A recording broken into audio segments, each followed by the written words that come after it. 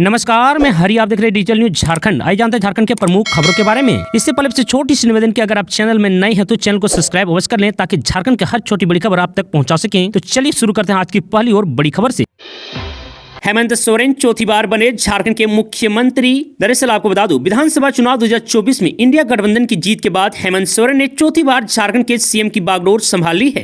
उन्होंने चौथे मुख्यमंत्री के रूप में गुरुवार शाम को पद एवं गोपनीयता की शपथ ली। झारखंड के राज्यपाल संतोष कुमार गंगवार ने रांची के मोहराबादी मैदान में आयोजित एक भव्य समारोह में 49 वर्षीय आदिवासी नेता हेमंत सोरेन को मुख्यमंत्री पद की शपथ दिलाई। शपथ लेने से पहले कुर्ता पाजामा पहने सोरेन ने झामो अध्यक्ष और अपने पिता शिबू सोरेन से मुलाकात की। अर्जुन मुंडा और शिबू सोरेन तीन बार सीएम बन चुके हैं। हेमंत सोरेन का तीसरा कार्यकाल अब 4 जुलाई 2024 से 28 नवंबर 2024 तक माना जाएगा।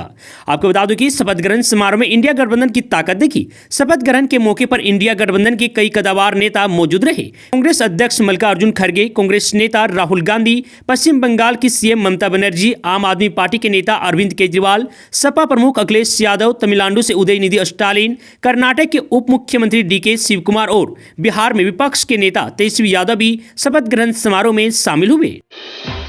सत्ता संभालते ही सीएम हेमंत सोरेन ने पहले फैसले से चौंकाया, महिलाओं को दे दी गुड न्यूज। दरअसल आपको बता दूं, झारखंड के मुख्यमंत्री का पदभार संभालते ही हेमंत सोरेन ने अपने पहले फैसले से महिलाओं की झोली भर दी है। उन्होंने गुरुवार को सत्ता संभालते ही मैया सम्मान योजना के तहत महिलाओं को मिलने वाली वित्तीय सहायता बढ़ाने की घोषणा की। अब दिसंबर से महिलाओं के बैंक खाते में हर महीने 2500 रुपये जमा किए जाएंगे। आपको बता दूं कि मैया सम्मान योजना के तहत फिलहाल 18 से 50 आयु वर्ग की महिलाओं को 1000 रुपये प्रतिमाह दिए जा रहे हैं। मुख्यमंत्री हेमंत सोरेन ने कहा कि दिसंबर से यह राशि बढ़ाकर 2500 रुपये कर दी जाएगी और इसे लाभार्थियों के खातों में सीधे जमा किया जाएगा। आपको बता दें, इस योजना को इस साल अगस्त में शुरू किया गया था, जिससे अब तक 50 लाख से अधिक महिलाएं लाभान्वित हो चुकी है। मुख्यमंत्री ने कहा कि यह योजना झारखंड की महिलाओं को आर्थिक रूप से सशक्त बनाने की दिशा में एक बड़ा कदम है। और वहीं इधर राज्य के राजस्व में वृद्धि के लिए मंत्रिमंडल ने खनन क्षेत्र में पुराने करों की समीक्षा और नए स्रोत खोजने के लिए वित्त विभाग में एक विशेष प्रकोष्ठ स्थापित करने का निर्णय लिया है। यह कदम राज्य की अर्थव्यवस्था को मजबूत करने के लिए महत्वपूर्ण माना जा रहा है। और वहीं सबसे बड़ी बात, मंत्रिमंडल ने झारखंड में पुलिस भर्ती प्रक्रिया की समीक्षा करने का निर्णय लिया है। इसके तहत जेपीएससी, जेएसएससी और अन्य प्राधिकरणों को जनवरी 2025 से पहले परीक्षा कैलेंडर जारी करने का निर्देश दिया है। शपथ के बाद एक्शन में हेमंत सोरेन, शहीद अग्निवीर के भाई को नौकरी के साथ 10 लाख रुपए का मुआवजा। दरअसल आपको बता दूं, झारखंड के मुख्यमंत्री के तौर पर हेमंत सोरेन ने गुरुवार 28 नवंबर को पद और गोपनीयता की शपथ ली। इसके साथ ही सीएम की कुर्सी चौथी बार संभालते ही वो एक्शन मोड में नजर आए। उन्होंने झारखंड मंत्रालय में पदभार ग्रहण के तुरंत बाद सेना के एक शहीद अग्निवीर अर्जुन महतो के भाई बलराम महतो को सरकारी नौकरी में नियुक्ति का पत्र और उनके परिजनों को 10 लाख रुपए के मुआवजे का चेक सौंपा। इस अवसर पर गांडे की विधायक कल्पना सोरेन और चंदन क्यारी के विधायक उमाकांत रजक भी मौजूद रहे। सेना में अग्निवीर के तौर पर सेवारत झारखंड के बोकारो जिला अंतर्गत चंदन क्यारी प्रखंड की सीलफोर पंचायत के फतेहपुर निवासी अर्जुन कुमार महतो 22 नवंबर को असम के सिलचर में एक मुठभेड़ के दौरान शहीद हो गए थे। और वहीं आपको बता दें कि लोकेश्वर महतो के पुत्र अर्जुन कुमार महतो के अग्निवीर जवान के तौर पर 2023 में बहाली हुई थी। हेमंत सोरेन ने कहा कि हमारी कैबिनेट ने पूर्व में ही ड्यूटी के दौरान शहीद या दिवंगत होने वाले अग्निवीर जवानों के एक आश्रितों को सरकारी नौकरी और 10 लाख रुपए मुआवजा देने की प्रस्ताव को मंजूरी दे दी थी। पीएम मोदी ने सीएम हेमंत सोरेन को दी बधाई। दरअसल आपको बता दूं, प्रधानमंत्री नरेंद्र मोदी ने हेमंत सोरेन को झारखंड के चौथे मुख्यमंत्री बनने पर बधाई दी है। पीएम मोदी ने सोशल मीडिया पोस्ट पर लिखा है कि झारखंड के सीएम के रूप में शपथ लेने पर हेमंत सोरेन को बधाई, उनके आगामी कार्यकाल के लिए उन्हें शुभकामनाएं। और वहीं दूसरी ओर भाजपा प्रदेश अध्यक्ष बाबूलाल मरांडी ने भी मुख्यमंत्री हेमंत सोरेन को चौथी बार झारखंड के मुख्यमंत्री की शपथ लेने पर बधाई और शुभकामनाएं दी है। मरांडी ने कहा कि उम्मीद है कि सोरेन चुनाव के समय जनता से किए गए हर वादे को दृढ़ता से धरातल पर उतारेंगे। प्याज के बाद अब आलू पर महंगाई की मार, बंगाल सरकार के निर्यात पर रोक लगाते ही बढ़े दाम। दरअसल आपको बता दूं, बंगाल सरकार ने एक बार फिर से झारखंड में आलू निर्यात पर रोक लगा दी है। निर्यात पर रोक लगने के कारण कोल्हान तक आलू की सप्लाई करने वाली परसोडी मंडी में गुरुवार को एक भी आलू का ट्रक नहीं पहुंचा, जबकि प्रतिदिन 8 से 10 आलू के ट्रक मंडी में पहुंचते थे। आलू का ट्रक नहीं पहुंचने के कारण गुरुवार को स्टॉक में रखे आलू को थोक व्यापारियों ने ऊंचे कीमतों पर बेचा। आपको बता दें कि बुधवार तक 2800 रुपये प्रति क्विंटल तक बिकने वाला आलू गुरुवार को 3200 3300 रुपये से 3400 रुपये प्रति क्विंटल के हिसाब से बिका। आपको बता दें कि परसों मंडी में आलू का स्टॉक समाप्त हो गया है। अगर शुक्रवार आने के आज तक आलू मंडी नहीं पहुंचा तो आलू की कमी पूरे कोल्हान में देखने को मिल सकती है। एक दिन मंडी में आलू नहीं पहुंचने से आलू की कीमतों में 400 से 600 रुपये प्रति क्विंटल का इजाफा हुआ है। आपको बता दूं कि अगर आने वाले कुछ दिनों तक मंडी में आलू नहीं पहुंचा तो प्याज के बाद आलू की कीमतें भी आसमान छू सकती है। आपको बता दूं कि पश्चिम बंगाल के मुख्यमंत्री ममता बनर्जी के सख्त आदेश के बाद वहां से आलू झारखंड भेजने पर रोक लगा दी गई है। बंगाल पुलिस ने झारखंड पश्चिम बंगाल बॉर्डर पर ट्रकों की जांच तेज कर दी। बंगाल से आलू लेकर झारखंड आने वाले ट्रकों को रोककर वापस भेजा जा रहा है। बताया जा रहा है कि मुख्यमंत्री ममता बनर्जी ने सख्त आदेश दिया है कि आलू लदा कोई भी ट्रक राज्य से बाहर नहीं जाना चाहिए। इसके बाद से ही झारखंड बंगाल सीमा की डिबूडी चेक पोस्ट पर वहां की पुलिस जांच अभियान चलाकर झारखंड आने वाले आलू लोड ट्रकों को वापस भेज रही है। गुरुवार को दर्जनों ट्रकों को पुलिस ने वापस भेज दिया, जबकि कुछ ट्रक सीमा पर अभी भी खड़े हैं। हेमंत सोरेन के शपथ ग्रहण में जयराम महतो ने बटोरी सारी लाइमलाइट। साधारण वेशभूषा में पहुंचे मंच पर। दरअसल आपको बता दूं, मुख्यमंत्री हेमंत सोरेन के मोरहाबादी स्थित शपथ ग्रहण समारोह में ही जेएलकेएम के प्रमुख और डुमरी से विधायक जयराम महतो का जलवा दिखा। दरअसल शपथ ग्रहण समारोह में इंडिया गठबंधन के राज्य ही नहीं देश भर के दिग्गज नेताओं को निमंत्रण दिया गया था। उसी क्रम में झारखंड विधानसभा चुनाव में डुमरी से एक जीतने वाले जयराम महतो को भी शपथ ग्रहण समारोह में शामिल होने के लिए निमंत्रण दिया गया था। जयराम महतो भी अपने पुराने अंदाज में सरल तरीके से शपथ ग्रहण समारोह के मंच पर दिखे। आपको बता दूं, जैसे ही शपथ ग्रहण समारोह खत्म हुआ वैसे ही जयराम महतो मंच पर अकेले आए। झारखंड वासियों की नजर जयराम महतो पर पड़ी। फिर लोगों ने भी तेज आवाज में जयराम महतो का नारा लगाते हुए उनका स्वागत किया। टाइगर जयराम महतो के मंच पर रहने के दौरान उनके कई प्रशंसक और चाहने वालों ने उनके साथ सेल्फी ली। कई लोग इस पूरे तस्वीर को देखकर आपस में ही चर्चा कर रहे थे कि भले ही यह आयोजन हेमंत सोरेन के शपथ ग्रहण का हो, लेकिन जयराम महतो इस बार भी शपथ ग्रहण समारोह में अपना जलवा बिखेरा। झारखंड में स्टीफन मरांडी चुने गए प्रोटेम स्पीकर। 9 से 12 दिसंबर तक चलेगा विधानसभा सत्र। दरअसल आपको बता दें, हेमंत सोरेन के शपथ ग्रहण के बाद झारखंड मुक्ति मोर्चा के वरिष्ठ नेता प्रोफेसर स्टीफन मरांडी को प्रोटेम स्पीकर चुना गया है। प्रोफेसर मरांडी महेशपुर सीट से विधायक चुने गए हैं। झारखंड विधानसभा का सत्र 9 दिसंबर से 12 दिसंबर तक चलेगा। शपथ ग्रहण के बाद सीएम हेमंत सोरेन ने सिद्धू कान्हू और बिरसा मुंडा की प्रतिमा पर माल्यार्पण किया। इसके बाद वो प्रोजेक्ट भवन पहुंचे, यहाँ उन्होंने पदभार ग्रहण किया। इसके बाद कैबिनेट की बैठक में प्रोटेम स्पीकर पद पर स्टीफन मरांडी के नाम की मुहर लगा दी। चक्रवाती तूफान फेंगल का झारखंड में भी पड़ेगा असर। 1 से 3 दिसंबर तक बारिश की संभावना। दरअसल आपको बता दूं, दक्षिण पश्चिम बंगाल की खाड़ी में साइक्लोनिक डीप डिप्रेशन चक्रवात में तब्दील हो गया है। यह श्रीलंका से होते हुए तमिलनाडु की तरफ बढ़ रहा है। इसका असर झारखंड पर भी पड़ सकता है। झारखंड में मौसम का मिजाज बदलने की संभावना है। 1 से 3 दिसंबर के बीच दिन में बादल छाए रह सकते हैं और हल्की बूंदाबांदी भी हो सकती है। इसके बाद न्यूनतम तापमान में गिरावट दर्ज की जाएगी। तापमान 10 डिग्री से नीचे जा सकती है। इससे कनकनी बढ़ेगी। आपको बता दूं, मौसम वैज्ञानिक अभिषेक आनंद ने बताया कि आने वाले 2 से 3 दिनों में न्यूनतम तापमान में कोई बड़े बदलाव नहीं होने वाली है। इस सिस्टम की वजह से अगले 3 दिन आसमान में बादल छाए रहेंगे। इस वजह से न्यूनतम तापमान में बढ़ोतरी होगी, वहीं अधिकतम तापमान में 2 डिग्री तक गिरावट देखी जाएगी। 3 दिसंबर के बाद न्यूनतम तापमान में गिरावट आनी शुरू होगी। इसके बाद ठंड बढ़ेगी और कनकनी बढ़ेगी। शपथ ग्रहण के बाद केंद्र पर हमलावर हुए हेमंत सोरेन। कोयले की बकाया राशि को लेकर कही ये बात।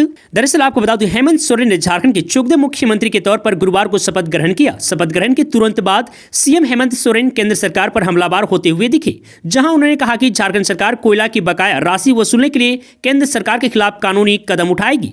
बता दें कि गुरुवार को हेमंत सोरेन ने चौथी बार झारखंड की गद्दी संभाली। आपको बता दें कि अपनी सरकार की पहली कैबिनेट बैठक के फैसले की जानकारी देते हुए सोरेन ने मीडिया से कहा कि केंद्र पर राज्य का 1.36 लाख करोड़ रुपए का बकाया है, जिसे वसूलने के लिए कानूनी कार्रवाई की जाएगी। हेमंत सोरेन ने यह भी कहा है कि कोल इंडिया जैसी केंद्रीय कंपनियों से यह बकाया राज्य का अधिकार है और इसके न मिलने से झारखंड का विकास रुक रहा है। आपको बता दूं, सोरेन ने प्रधानमंत्री नरेंद्र मोदी से 2 नवंबर को झारखंड के बकाये की मांग की थी। उन्होंने एक्स पर पोस्ट किया था कि प्रधानमंत्री और गृह मंत्री से वह फिर से अनुरोध करते हैं कि झारखंड का 1.36 लाख करोड़ रुपए का बकाया चुकाया जाए, क्योंकि यह राज्य के लिए बेहद जरूरी है। हाल ही में सुप्रीम कोर्ट ने इस बात की पुष्टि की है कि राज्य को खनन और रॉयल्टी बकाया वसूलने का अधिकार है। सोरेन ने बताया कि बकाया न मिलने से झारखंड के विकास और सामाजिक आर्थिक परियोजनाओं पर बुरा असर पड़ रहा है। जैक बोर्ड में 9वीं कक्षा की परीक्षा के लिए शुरू हो चुकी है आवेदन प्रक्रिया। दरअसल आपको बता दूं, झारखंड एकेडमिक काउंसलिंग जैक द्वारा साल 2025 के लिए 9वीं कक्षा और 2026 की 10वीं बोर्ड परीक्षा के लिए रजिस्ट्रेशन करने की तिथि की घोषणा कर दी गई है। इसे लेकर जैक ने एक ऑफिशियल नोटिस जारी किया था। इस नोटिस में लिखा था 28 नवंबर से रजिस्ट्रेशन की प्रक्रिया शुरू हो चुकी है।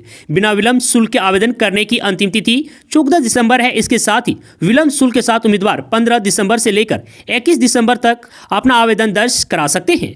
वहीं इस दौरान आप जैक बोर्ड की आधिकारिक वेबसाइट jack.jharkhand.government.in पर जाकर आवेदन कर सकते हैं। राज्य के 5 मेडिकल कॉलेजों में रिक्त पड़े पदों पर होगी नियुक्ति। 167 असिस्टेंट प्रोफेसर होंगे बहाल। दरअसल आपको बता दूं, झारखंड के 5 सरकारी चिकित्सा महाविद्यालयों में विभिन्न विभागों में शैक्षणिक संवर्ग के सहायक प्रधानाध्यापक के 167 पद रिक्त पड़े हैं। इन रिक्त पदों पर जल्द ही नियुक्ति प्रक्रिया शुरू होगी। इस भर्ती प्रक्रिया को लेकर स्वास्थ्य, चिकित्सा, शिक्षा एवं परिवार कल्याण विभाग की ओर से आवेदन आमंत्रित किया गया है।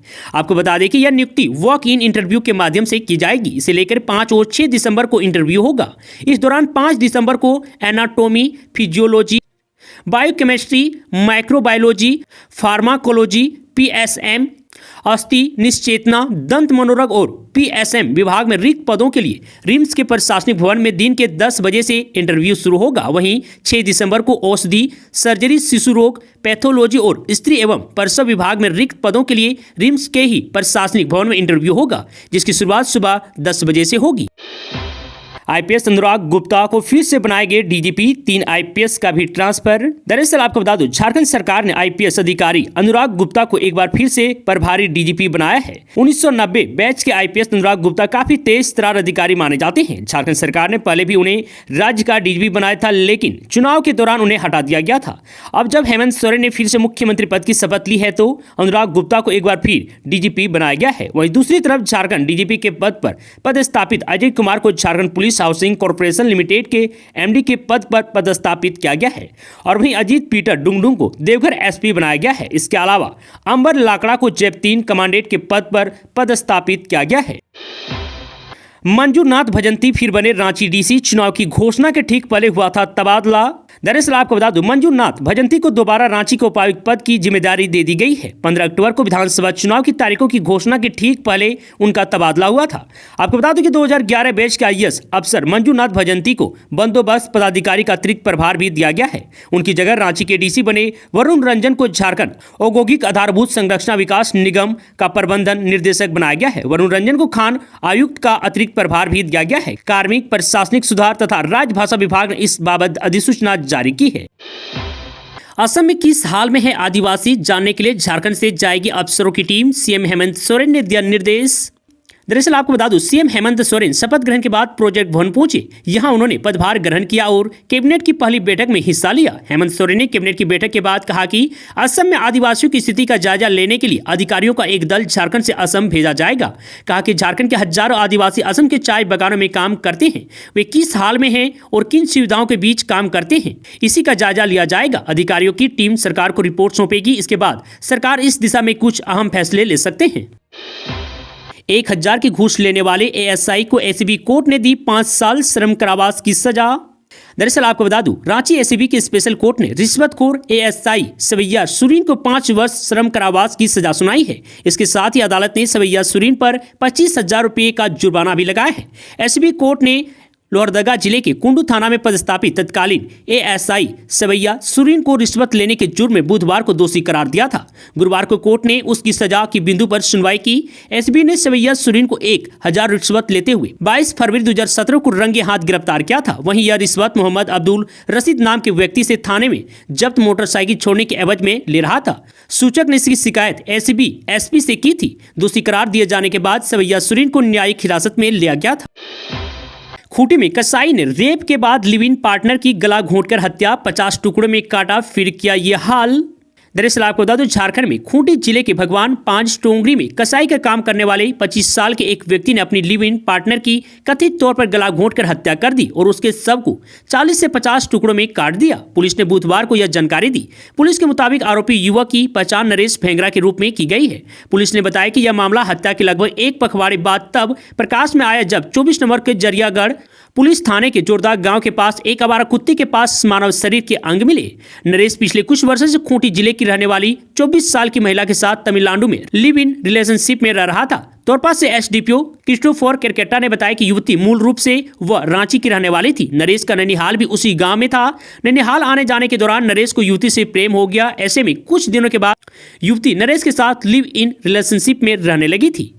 आपको बता दें, खूंटी के पुलिस अधीक्षक अमन कुमार ने बताया कि यह क्रूर घटना 8 नवंबर को हुई, जब वे खूंटी पहुंचे, क्योंकि आरोपी नरेश ने दूसरी महिला से शादी कर ली थी और वह उसे अपने घर ले जाना नहीं चाहता था। वह उसे जरियागढ़ पुलिस थाने के जोरदाग गांव में अपने घर के पास एक जंगल में ले गया और वहां सबको टुकड़े में काट दिया। आरोपी को गिरफ्तार कर लिया गया है।